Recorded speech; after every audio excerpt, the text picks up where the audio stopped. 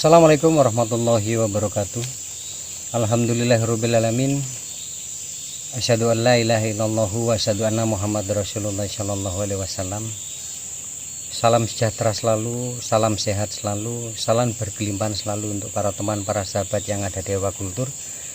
Semoga Allah selalu senantiasa memberikan kemurahan, kemudahan di dalam kehidupan ini. Semoga seluruh beban hidup, seluruh efek miss di dalam hidup, semoga Allah mengangkatnya dan diganti dengan kebaikan, diganti dengan kemuliaan, sehingga kehidupan kita selalu senantiasa bahagia, kehidupan kita selalu penuh sukacita, kehidupan kita selalu senantiasa berkelimpahan dengan kebahagiaan dan endorfin yang ada di dalam diri kita. Alhamdulillahirrabbilalamin. Di Gua Loyang ini, di lokasi Gua Loyang ini, saya sedikit berbagi tentang pengetahuan untuk para teman, para sahabat sekalian, dan apa yang saya sampaikan ini sudah saya praktekkan di dalam kehidupan, dan saya sudah merasakan tentang apa, tentang kenikmatan apa yang saya praktekkan di dalam kehidupan ini. Jadi saya akan sedikit berbicara tentang rahasia sholat daim yang dipegang, yang diagung-agungkan oleh para pencari Tuhan, oleh orang-orang yang pernah mendapatkan sir yang dibaiat, termasuk seluruh saudara-saudara saya yang ada di daerah Ngebret atau Gresik, para jamaah tauhid yang ada di Ngebret atau Gresik.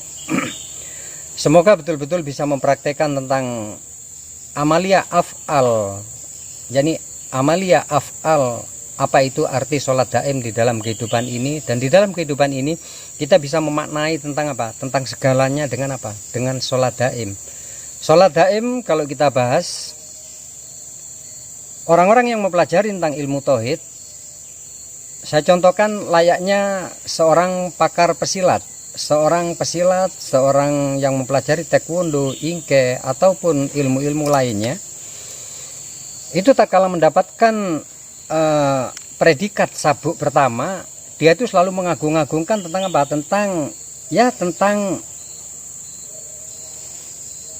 Tentang metode-metode atau jurus-jurus yang diberikan oleh gurunya.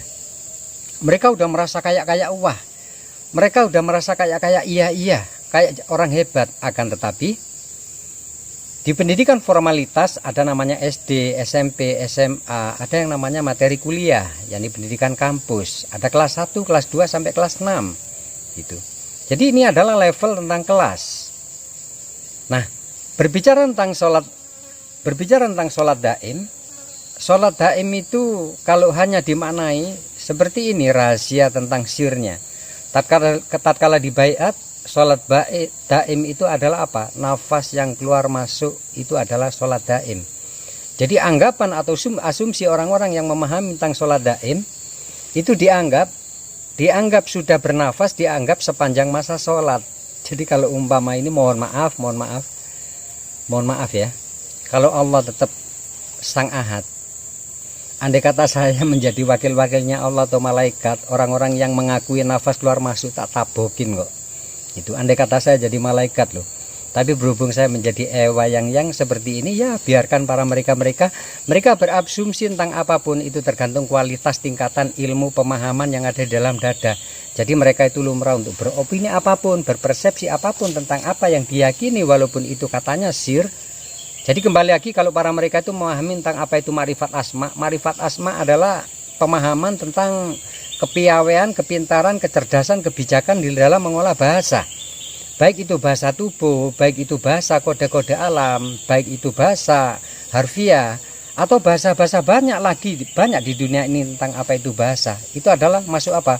Kategori kode rahasia. Jadi kode rahasia bahasa Tuhan, kode rahasia bahasa mimpi, kode rahasia bahasa jiwa, kode rahasia bahasa tubuh, kode banyak sekali tentang bahasa itu sendiri. Kalau kita tidak makrifat tentang makrifat asma, jadi tidak piawe, tidak lincah di dalam pemahaman asmanya atau bahasanya, maka kita akan keteteran. Sekali kita mendengar kata-kata sholat daim itu sudah dianggap kayak wah-wah, padahal nggak ada apa-apanya, mohon maaf.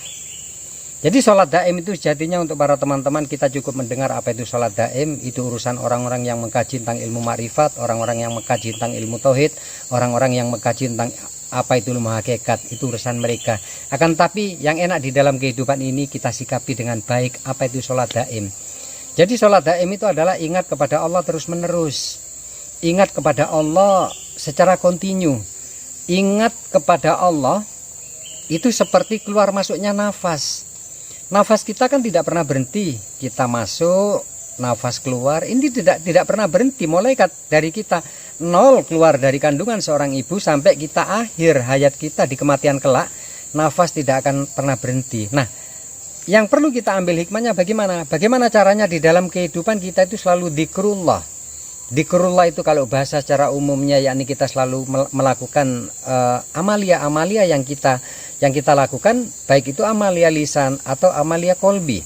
Nah, yang dimaksud tentang sholat daim ini adalah dzikrullah, ingat kepada Allah terus menerus, contohlah nafas kita. Sebenarnya ilmunya itu suruh menyentuh nafas kita. Kita ingat kepada Allah. Kalau kita positive thinking seperti apa nafas yang kita lakukan, kita enjoy kayak di dalam hidup, kita enak kok. Jadi artinya enak-enak bagaimana? Kita tidak dirajam oleh kehidupan. Kita sama-sama tahu tentang kehidupan seperti ini. Kita sama-sama tahu, kadangkala kita itu berlimpah uang, efeknya pun seperti itu. Kurang uang pun lebih parah. Tapi kalau kita ibaratnya untuk menyandarkan kepada Allah, dekat kepada Allah, nggak ada solusi yang tak terselesaikan. Jadi saya berbicara seperti ini otomatis apa? Bukan hanya teori, bukan hanya teks, tetapi yang saya sampaikan adalah teori atau teks. Makanya saya sudah mempraktekkan tentang apa yang saya sampaikan.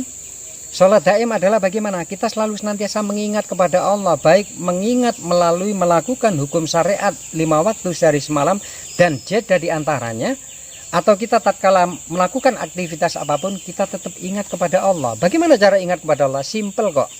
Kalau bagi orang-orang yang makrifat apapun di dalam kehidupan itu, baik di dalam sifat, di dalam af'al, di dalam dzatnya Allah, dan di dalam setiap asma kehidupan secara kompulsif ini, kita selalu apa? Merupakan jembatan atau wasilah untuk mengingat Allah. Dan cara untuk mengingat Allah yang paling bagus adalah melihat ke dalam diri kita.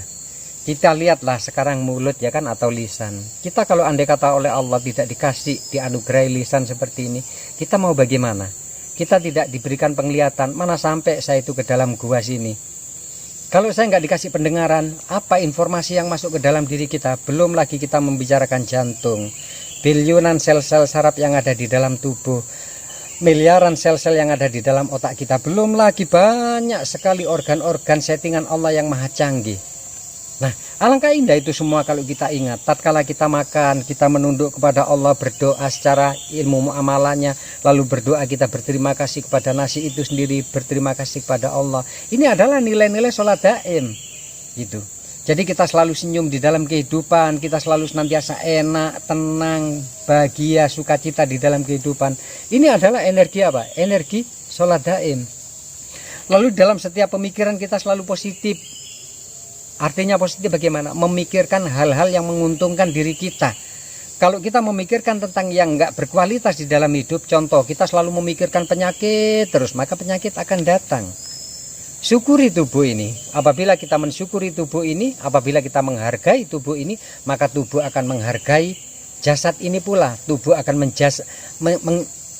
akan menghargai tentang pikiran kita. Apabila kita tidak pernah ingat kepada tubuh, tidak pernah ingat kepada organ, tidak pernah ingat kepada setiap sel-sel yang ada dalam tubuh kita, jangan pernah salahkan apabila tubuh ini bagaimana? Menyiksa tubuh itu sendiri, menyiksa pikiran, menyiksa hati. Intinya, untuk para teman, para sahabat sekalian, seluruh aktivitas kehidupan kita itu adalah wujud daripada apa?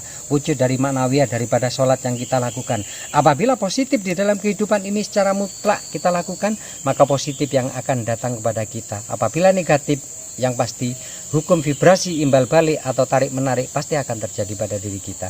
Jadi kesimpulannya, sholat daim adalah kebaikan kita. Sholat daim adalah jati diri kita. Dan jati diri kita itu bukan jati diri kita selain diri kita yang tentang negatif, itu bukan jati diri kita.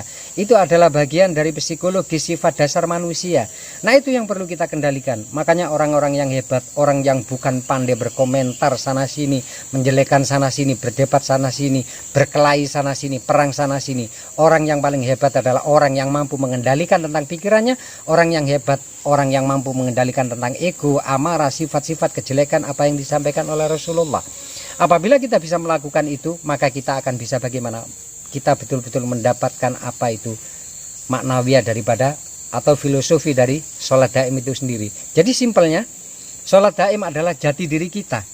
Sholat daim adalah kebaikan kita. Yang tidak baik bagi diri kita, berarti kita keluar dari sholat daim. Makanya di kanan, di kiri ada rokib atid yang mencatat semua tentang tindakan perilaku kita. Bukan kok malaikat berjedul di sini berubah wujud malaikat di sini, bukan. Tetapi inilah adalah bahasa filosofi, bahasa metafora atau tamsil atau iktibar yang perlu kita renungkan secara jauh. Jadi bagi para teman, para sahabat, apabila para teman selalu melanggengkan tentang energi senang, energi syukur, energi bahagia, energi positif di dalam kehidupan, tidak pernah merutin siapapun di dalam kehidupan ini, berarti teman-teman sudah melanggengkan tentang apa? Melanggengkan tentang sholat daim itu sendiri. Teman-teman mengerti tentang as-sholatu daiman abadan, yakni sholat terus menerus tanpa berhenti walaupun sedetik. Jadi semoga Allah merahmati teman-teman, menjadikan para teman-teman ahli sholat daim, ahli orang-orang yang mereksa tentang daimnya. Daim adalah kebaikan kita, daim adalah jati diri kita, daim adalah apa? Adalah guru sejati kita. Semoga para teman-teman mendapatkan. Caranya bagaimana? Banyak-banyak kita itu diam atau merenung di dalam keheningan, bisa diolah dengan ilmu meditasinya, diolah dengan takarufnya, diolah dengan permainan pernafasan, diolah dengan bahasa tutur lisan kita yang lembut kepada siapapun. Kalau kita kasar, kalau kita tidak pernah tenang di dalam kehidupan ini, jangan pernah harap untuk mendapatkan apa itu sholat daim itu sendiri. Jadi sholat daim adalah kebaikan kolbi, sholat daim adalah kebaikan pikiran. Sholat daim adalah tidak pernah ruwet pikiran, tidak pernah bingung pikiran, tidak pernah ruwet hati dan pikiran kita. Semoga para teman, para sahabat sekalian dilimpahkan, dirahmatkan, dianugerahkan tentang sholat daim di dalam dirinya, sehingga bertemu dengan Allah, bertemu dengan jati diri, bertemu dengan guru sejati itu. Jadi dari saya Wakultur di sela-sela perjalanan, saya akhiri wabillahi taufik wal hidayah. Wassalamualaikum warahmatullahi wabarakatuh.